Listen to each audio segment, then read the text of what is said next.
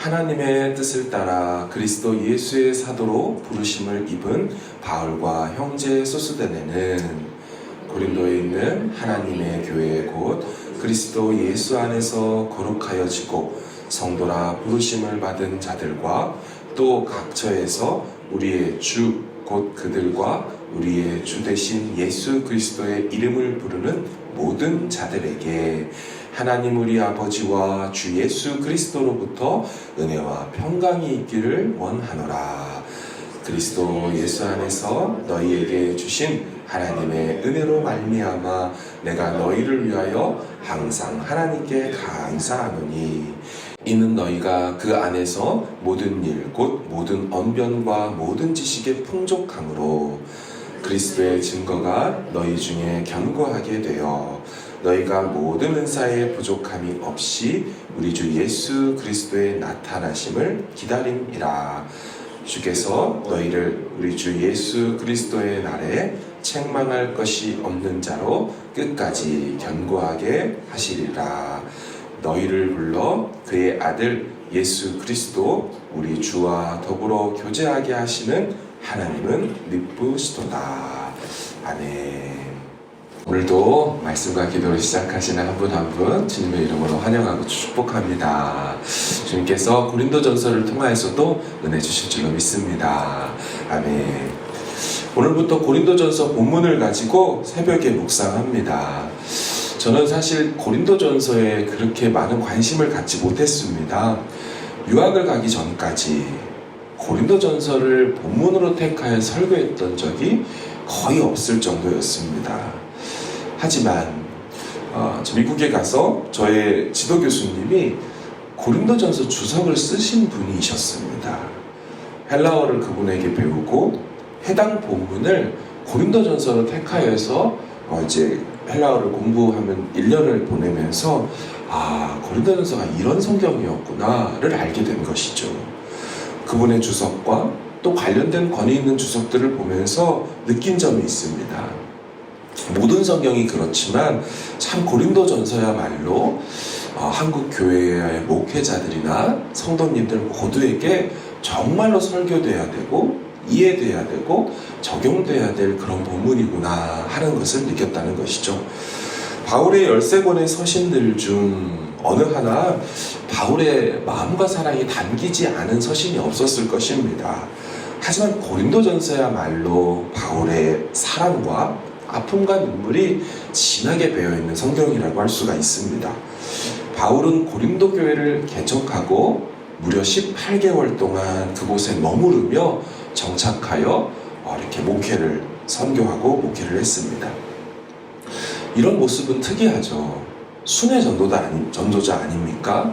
늘 개척하고 조금 있다가 떠나야 되는 그 사람이 한 곳에 이렇게까지 오래 있는 건 그의 전체 선교 역사에서 두 번째로 오래 있는 기간이었습니다. 가장 오래 있었던 교회가 에베소 교회로 만 2년을 있었죠. 바로 그 다음이 1년 6개월 되는 바로 본인이 개척하고 목회한 고린도 교회입니다. 바울의 마음이 담기지 않을 수가 없는 교회이죠. 이 같은 바울의 마음은 고린도 교회에 보낸 편지의 이 서신의 양을 봐도 알 수가 있습니다. 남아있는 서신서만 고린도전서 16장, 고린도후서 13장입니다. 지금은 유실된 최소 2개의 서신들이 더 있다는 것까지를 감안하게 된다면 총 최소 4편의 서신을 한 교회에 보낼 만큼 바울에게는 특별했던 교회라는 것입니다. 당시는 오늘날처럼 마구잡이로 글을 쓸 수 있던 시대가 아니지요. 종이도 귀하고 썼다 지웠다 할 수가 없습니다. 그러니 적어도 4편의 서신을 순회 전도자가 장문의 편지로서 그렇게 보낼 때는 많은 그 안에 담아둠과 고심과 정리함과 풀어냄 이런 시간들이 전제되어 있다는 것을 가정하는 것입니다. 그런데 조금 불편한 사실도 한 가지 더 있습니다. 바울은 순회 전도자로 다니면서 본인이 개척하고 사역했던 수많은 지역 교회들 중에 평안한 교회에는 편지를 보내지 않았다는 것입니다. 교회가 문제가 없는데 굳이 그 교회에 편지를 보낼 이유가 없었다는 것이죠. 다시 말하면 문제가 있고 시끄러웠던 교회에만 이 편지를 통하여 해당 이슈들을 해결하려고 한 겁니다. 그 당시는 뭐 전화할 수도 없고 금방 찾아갈 수도 없고 하던 일이 있으니 서신 목회를 통하여서 그 교회들을 돌봤던 것입니다. 그러므로 이런 맥락에서 본다면 고린도 교회에 적어도 4편의 서신을 16, 13장씩 다량으로 썼다는 것은 그의 마음이 담겨있는 것과도 동시에 그만큼 교회 문제가 많았다는 사실 슬픈 불편한 진실인 것입니다. 앞으로 고린도전서를 큐티하시고 또한 새벽에 묵상해 보시면 알게 될 건데 고린도전서에는 엄청난 문제들이 거론되어 있습니다. 이에 대해 바울의 답변들로 가득 차 있다는 것도 알 수 있을 것입니다. 이것이 고린도전서 16장에 걸친 방대한 양이 보여주는 불편한 진실인 것입니다. 차차히 보시면서 알게 되겠지만 이들이 섬겼던 이 고린도 교회에는 걸출한 목회자들이 많이 다녀갔습니다. 또한 이들 교회에는 어떤 교회에서도 바울이 찾아볼 수 없는 어마어마한 은사들이 나타났던 교회이기도 합니다. 그런데 반면에 영적으로나 성적으로 매우 문란한 교회였습니다. 아버지의 첩을 취하고 뺏은 아들이 있습니다. 교회에서 서로 고소고발하는 일들이 있으면서 세상 법정으로 가서 해결해 하는 일들도 있었습니다. 주님의 만찬, 주의 성찬을 하면서 네가 더 많이 먹네, 내가 더 많이 먹네 등등 얼굴을 붉히며 싸우는 일들도 성찬하다 말고 있었습니다. 게다가 부활은 다 지나가 버렸다고 그렇게 기독교의 근간을 뒤흔드는 일들도 있었습니다. 여러 교회들에서 하나하나 있을 법한 일들이 이 교회에는 종합 선물 세트처럼 다 몰려 있었습니다. 그러니 바울 입장에서 마음이 안 아플 수가 없었죠. 주님의 교회가 이러면 안 되는데, 두 번째로 오래 거하며 개척하고 훈련시킨 교회가 이러면 안 되는데, 바쁜 선교 도중에 시간을 쪼개어 이 솔루션 편지를 보내고 있건만 왜 이 고린도 교회가 이럴까? 여러분, 바울에게는 고린도 교회만 있었던 게 아니잖아요. 자신이 개척하고 돌봐야 될 소아시아, 지금의 유럽 지역에 수많은 교회들이 있었습니다. 아마 그런 성도들을 보며 이 고린도 교회를 보며 속도 상하고 포기하고 싶었을지도 모르겠어요. 다른 교회 신경 쓰느라 뒷전으로 돌 수도 있었을 거예요. 그런데 바울이 그렇지 않았습니다. 그 적어도 4개의 편지를 쓴 고린도 후서 4번째 편지인 최소 이 고린도 후서의 끝은 이렇게 끝납니다. 주 예수 그리스도의 은혜와 하나님의 사랑과 성령의 교통하심이 너희 무리와 함께 있을지어다. 그는 끝까지 그 교회에 보낸 편지를 마무리하면서도 축복하면서 끝을 냅니다. 문제가 해결되지 않고 또 후서를 썼어야 됐지만 그는 마지막까지 축복하며 마칩니다. 여러분, 어떻게 그럴 수 있을까요? 서신서 곳곳에서 이유들을 발견할 수 있지만 오늘 본문의 4절, 8절, 9절에 그 근거들이 나와 있습니다. 4절을 같이 읽어보겠습니다. 시작.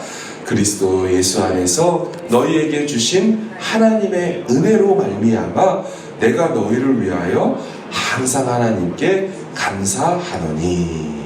아멘.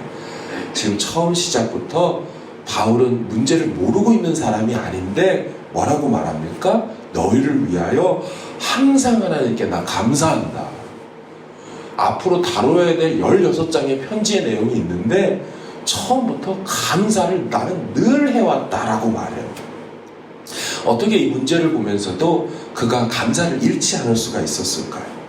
이렇게 밝히잖아요. 그리스도 예수 안에서 너희에게 부어주신 하나님의 은혜가 아직도 유효하기 때문에 나는 감사를 잃지 않을 수 있다.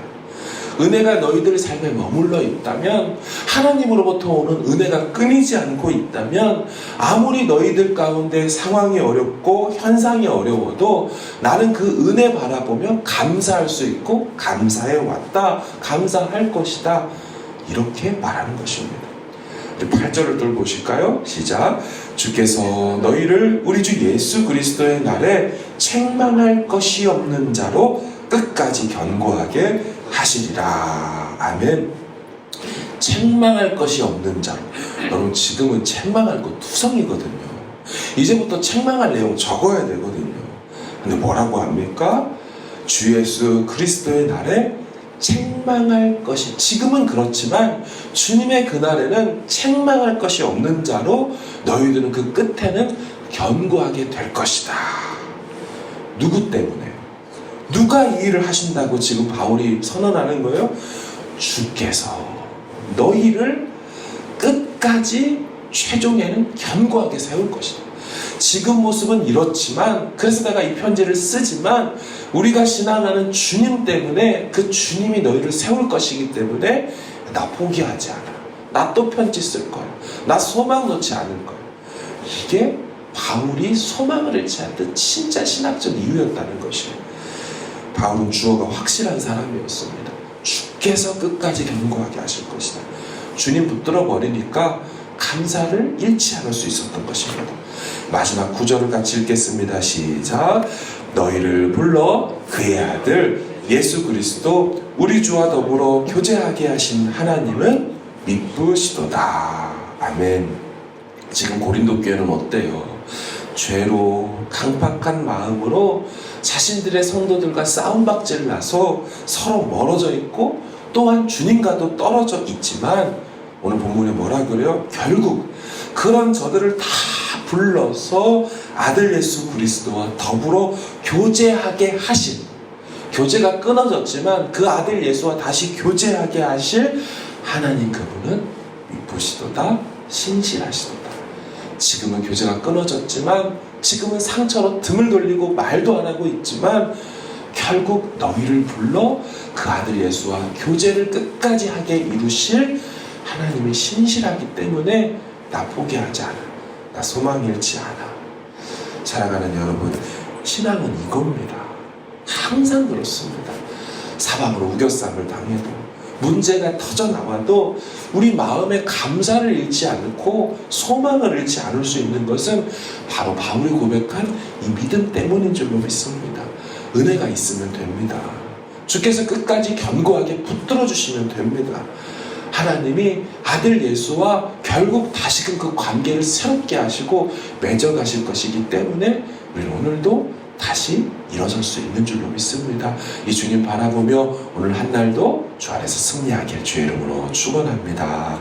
아멘. 우리 같이 기도하기를 원합니다. 이 말씀 붙들고 기도합시다. 주님, 우리 삶에 여러 문제들이 있지만 포기하지 않습니다. 바울이 다시금 펜을 들었던 것처럼, 바울이 다시금 그 안에 정말 고린도 교회를 향한 사랑으로 다시 뜨거워졌던 것처럼, 주님, 우리 안에서 무언가를 찾지 않게 하시고 주의 은혜 보고 바라보고 주님 바라보고 아들 예수 바라보며 다시 한번 승리하는 이 한 날 되게 하여 달라고 우리 다 같이 말씀 기억하며 가지고 나오신 기도 제목으로 기도하시다가 평안히 돌아가시길 바랍니다. 함께 기도하겠습니다.